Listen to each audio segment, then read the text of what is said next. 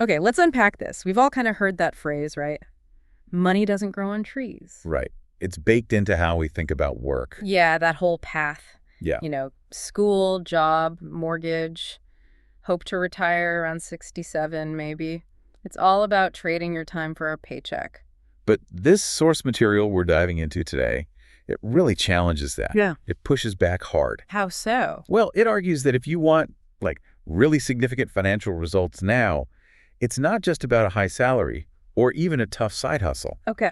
You need something else. You need passive income. And they have a specific take on passive income, which I liked. It's not just hoping your investments go up. No, exactly. That's great if it happens, but you have to sell to get that cash. Right. Real passive income, according to this source, is actual money, cash, hitting your bank account every month, or consistently anyway. Without selling the thing that's making it. That's the key. Okay. And this material, it lays out 7 different ways, 7 paths to potentially get there. And this came from one of you listening, right? A full deep dive. Yeah, and it even includes ratings for each idea, like how much time it takes, how much money you need up front. And, crucially, how easy it is to hit a specific target.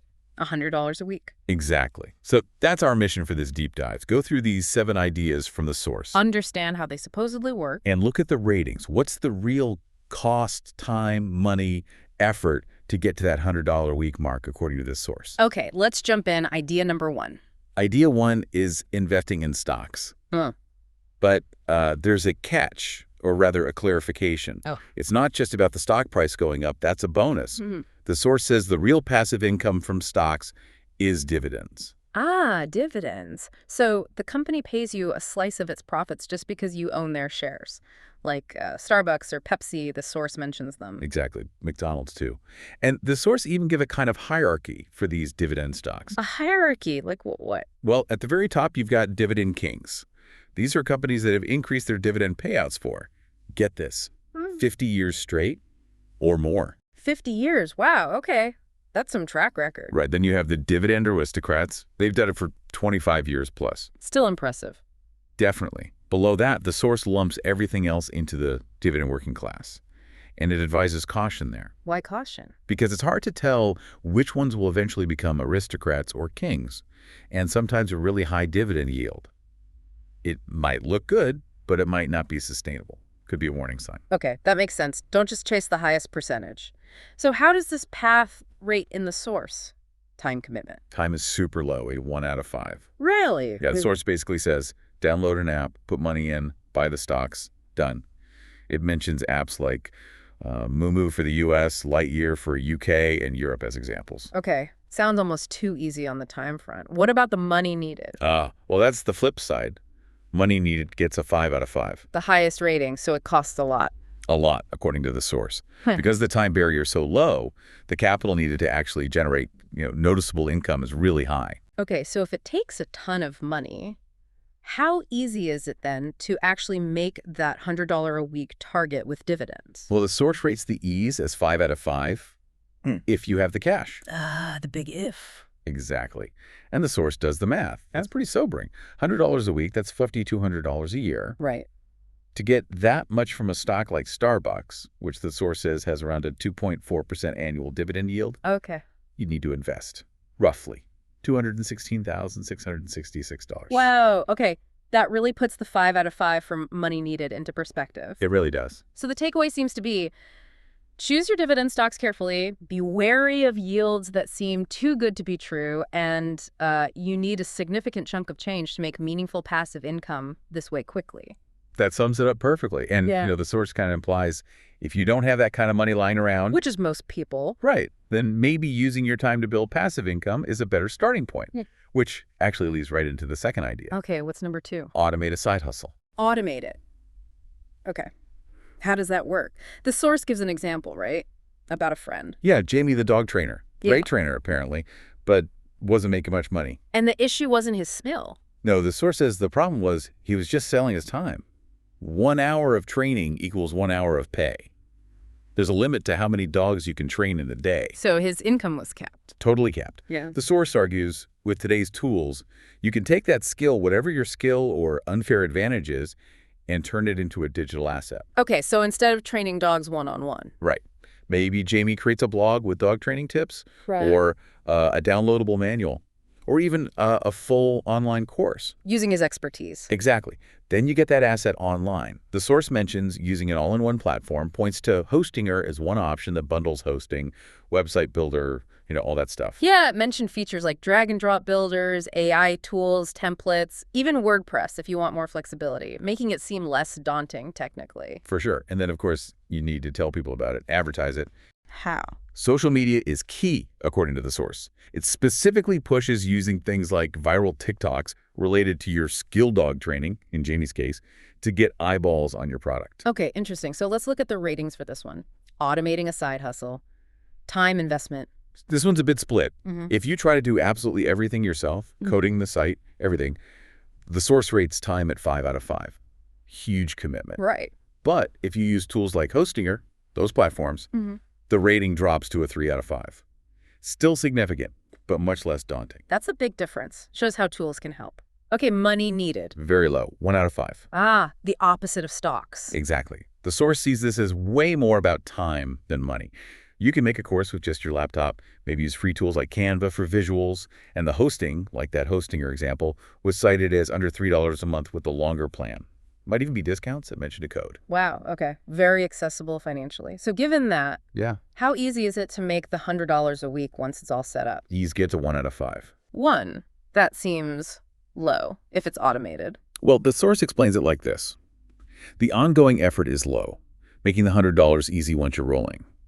If you price your digital products, say your course, at $25, you only need 4 sales a week to hit $100. And if you're promoting it consistently, maybe posting daily on social media like the source suggests, getting 4 sales a week seems quite achievable. Ah, I see. So the 1 out of 5 ease rating is about how simple it is to reach the target once the hard work of creation is done. It's not about the initial setup being easy. Precisely. It's front-loading the effort, your time and skill, to build something that then, hopefully, sells itself or close to it. Okay, that makes sense. Leveraging time up front. Which brings us to another digital path. Number 3, make online content. Yeah, that taps into that huge shift, away from old media hoarding all the ad money. Now, platforms like YouTube let anyone be a creator. And potentially earn money from ads, right, once you hit certain benchmarks. It's exactly. The source mentions YouTube's 1,000 subscribers and 4,000 watch hours threshold. Plus, sponsorships can come later. And online ads, well, they're often more targeted, more trackable than old-school ads. The source had some strong advice here, didn't it? Something about how you do it. Oh, yeah, that stood out. It's not if you do it, it's how well you do it. Success isn't guaranteed just by showing up. You need good content. Good content designed for the platform's algorithm. Yeah. And also, getting honest feedback is crucial. Right. It said don't just ask your mom or your friends. Exactly. They'll likely be too nice. The source says, seek out people who aren't afraid to offend you. The quote was something like, care more about people who don't care about you. Brutal, but probably effective for real feedback. Yeah, that's memorable. So how do you start? Pick your medium first. What are you comfortable with? Writing, photos, talking, video. Then, crucially, pick a niche. Why is a niche so important? Competition. It's crowded out there now. Your audience needs to know what they're getting when they find you, like tuning into a specific TV show. And consistency is key. Keep showing up. And the source frames each piece of content, like a video or blog post, as an asset, right? Something that could earn money for years. Yeah, that's a powerful way to think about it. Not just a one-off thing, but a potential long-term income generator. So the ratings for content creation, time. Maxed out, 5 out of 5. The source is blunt.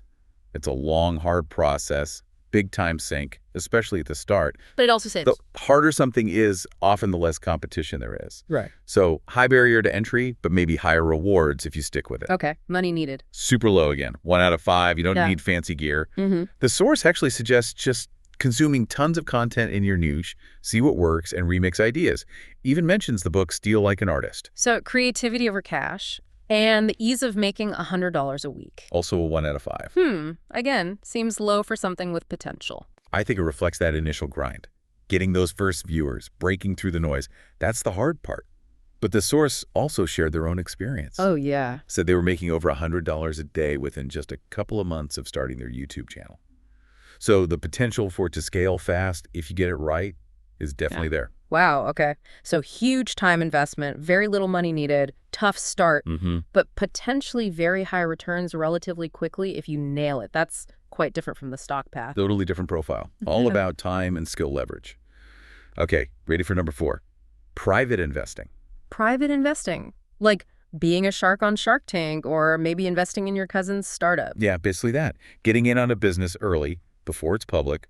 The source talks about 2 main types of investors they've seen: angels and sharks. Okay, angels versus sharks, what's the difference? Angels often invest smaller amounts, maybe in people they know, friends, family. They don't usually look for control, generally seen as, nicer, less aggressive. And sharks, like the TV show implies. Pretty much. Deeper pockets, potentially. They might want a controlling stake early on because they believe their expertise is what will really grow the business and get them a big return. The source author actually mentioned leaning more towards the shark approach themselves. Interesting. And the source mentioned a cool strategy, combining this with content creation, using Ryan Reynolds as an example. Yeah, that was clever. Reynolds apparently does angel investing, but then uses his huge social media following to promote the companies he invests in. So he adds value beyond just money. Exactly, which can massively boost the company's profile and value, leading to a much bigger payday for him when the company exits, like gets sold. The source suggests you could replicate that idea on a smaller scale if you have an audience or influence. Neat idea. Okay, ratings for private investing. Time. It's a 2.5 out of 5, so medium-low. The actual investment might be quick, but finding the right business, doing your homework, negotiating the deal, dividends, exit plan, all that takes time and care. Makes sense. Money needed. A 3 out of 5. Middle of the road, but really varies. The source said they'd personally invested anywhere from $1,000 up to $100,000 in different deals. Big range. Yeah, getting in super early might need less cash, but it's way riskier. And ease of making that $100 a week. Rated a 2 out of 5. So reasonably achievable, but not guaranteed. It really depends on the deal you strike and how much you put in. And the value you bring. Crucially, yes. The source gave an example, investing $5,000, but also helping the business upgrade equipment and find new clients. That combination led to an easy $100 a week in dividends for them. So just writing a check might not be enough. Got it. So it takes time to find the right fit, needs moderate but variable cash, and hitting the target depends on the deal and adding value. Key advice. Be patient, think about the exit, and maybe diversify. One winner can make up for losses. Yeah, it's a calculated risk game. Okay, moving on. Number 5, affiliate marketing. Right. This is basically recommending stuff online and getting a cut if someone buys through your link. The source had a funny example for this one, too. Yeah. The son's girlfriend texting a bank promo link to friends and making like $300 in a day. Yeah. Wild. Obviously not a sustainable long-term plan, just texting friends, but it illustrates the core idea. Exactly. Recommending something, getting a kickback.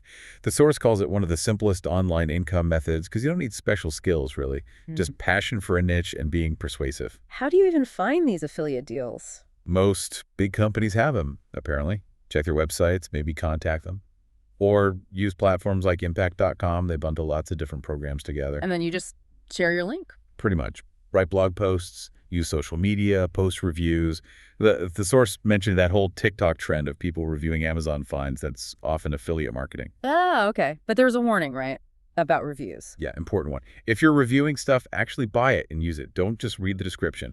Build trust by being genuine and useful. Good advice. Provide real value. So, the ratings. Time. A 3.5 out of 5. So more than halfway. The source says it's tough starting out, takes patience, learning. It's not get rich quick. You need to build that trust, create good content that people actually want to click on. Makes sense. Money needed. Rock bottom. 1 out of 5. Assuming you have a phone, laptop, internet. Signing up for programs is usually free. Okay. And ease of making $100 a week. A 2 out of 5. So fairly easy once you're established. Yeah. That initial $300 anecdote is flashy, but the real work is building the content engine. Once that's running, the source says it does the heavy lifting. So the passive part comes later. Right. It also mentions some pretty high average earnings for established affiliate marketers, like $60K up to over $120K a year, suggesting that $100 a week is definitely achievable once you've put in the upfront work. Okay, so significant time to build trust and content, but minimal cash needed. And $100 a week is reachable once things are moving. Got it. Idea number 6. Create a digital tool. Think software, an app. Like the source's friend who built that software for membership organizations and became a millionaire. Yeah, that's the high-end potential. The basic idea is find a problem, build a digital solution. The source laid out steps, right? Yep. Step 1, identify a problem worth solving. Step 2, pick your customer businesses or consumers. The source leans towards B2B, saying it's often less risky, higher revenue per customer. Step 3, develop the solution. And step 4, crucially, test it early. Get feedback. Adapt. Don't spend ages building the perfect thing in isolation, only to find out nobody wants it. Makes sense. But what if you can't code, like me? Totally fine, according to the source. Yeah. You can be the ideas person, the business lead. You partner with a coder. But that means giving up equity, right? A piece of the company. Probably, yeah. Sure. But it makes it possible if you don't have the tech skills yourself. Same goes for funding. How so? You can bootstrap it, use your own money. Or you can get investment, maybe from angel investors. But again, that usually means giving up some equity. Trade-offs. Okay. Ratings for building a digital tool. Time. 5 out of 5. Big time commitment. Coming up with the idea, building, testing, refining. It all takes a long while. Money needed. A 3.5 out of 5. Cost a decent amount, is how the source put it. But partnering or getting investment can lower your personal cash outlay. And ease of making $100 a week. This gets a 1 out of 5. The easiest rating again? What? Scalability. Once the tool is built and live, think subscription model. If you charge, say, $20 a month, Okay. you only need 20 paying customers to hit $400 a month, which is $100 a week. And while there are ongoing costs, a successful tool likely has way more than 20 users and might charge more. So hitting that initial $100 a week target is seen as very achievable once you have a working product and some customers. Right. Huge upfront investment of time, moderate money, but potentially very easy ongoing income generation due to software's nature. Leverage the asset. Exactly. Which brings us to the last one, number 7. And this one might be the most immediately actionable for a lot of people. Okay, what is it? Rent out your stuff. Rent out my stuff. Like, what stuff? Anything you own that someone else might want to use temporarily. The source suggests literally making a list of everything you own and thinking about it. It had that great example of the friend with the driveway, right? Yes. Struggling with bills, realized people needed parking near the train station. Rented out 2 spots in his driveway for $70 a week each. Boom, $140 a week. Pretty passively. That's genius. What else did the source mention? Let's see. Storage space attic, basement garage, your car if you don't use it all the time, camping gear, camera equipment, a spare room, maybe not just for staying, but like for filming or photo shoots via Airbnb. Oh, interesting use case. Even lending money through peer-to-peer platforms. Prosper was mentioned, with like a 5.4% average historical return noted in the source. It does feel like renting is becoming more normal, doesn't it? Things are expensive to buy. Totally. And the source makes a good point. Renting out something expensive like a pro camera could actually help pay for the item itself over time. So how do you find people to rent your stuff? Apps and websites designed for it. The source gave examples. Fat Llama for gear-like cameras, Turo for cars, Airbnb for spaces, Prosper for lending. These platforms connect owners and renters. Is there a downside? A risk? Yeah, the main one is your stuff getting damaged or not treated well. Insurance is key. The source notes the platforms often provide some, which is important peace of mind. Okay, ratings for renting your stuff. Time. Super low, 1 out of 5. Basically, take pictures, write a description, upload it to an app. Pretty quick. Money needed. Also 1 out of 5 if you're using stuff you already have. Costs only come in if you buy something specifically to rent out or maybe get extra insurance. And the ease of hitting $100 a week. A 2 out of 5. So pretty easy. The source suggests it's very easy if you have high demand assets, especially property related things like that driveway, a spare room, or maybe storage space in a city. Renting out smaller items might take more listings or time to hit the target. Got it. Very low upfront cost and time if you use existing assets. Relatively easy to make $100 a week depending on what you have and local demand. And that's the 7 ideas from the source material. Wow. Okay. That was a whirlwind tour. We've gone from, needing hundreds of thousands for stocks. Right. All the way to just listing your spare room or camera gear online. It covers a huge range. Building digital things using time and skill, creating content, investing in businesses, or just leveraging what you already own. And the core message from the source seems pretty consistent. If you really want financial independence, you probably need to look beyond just trading hours for dollars. Find ways to make money work for you or make your assets work for you. So after diving into this source, you've now heard about 7 different routes, with the source's take on the time, money, and ease involved for each, plus some real-world examples, thinking about your own life, your resources, What resonates? Which path feels most doable or interesting for you? It's interesting looking back at the ratings profiles, isn't it? You had things like automating a side hustle, content creation, digital tools, all needing a lot of time up front, but less money, Yep. and rated easy for hitting $100 a week once they're actually built and running. Yeah, versus something like dividend stocks needing huge money up front or private investing needing moderate money and time. And renting your stuff needing very little time or money initially, but depending heavily on what assets you actually have. So the final thought, based on this source, looking at those different patterns, what does it suggest for you? Are you more positioned to invest time and skill right now, even if the payoff takes longer? Or do you have capital or physical assets that you could deploy more quickly? And maybe just as important, what's your tolerance for that upfront grind versus needing or wanting faster results? Which path feels like the right fit for your current situation and, frankly, your personality?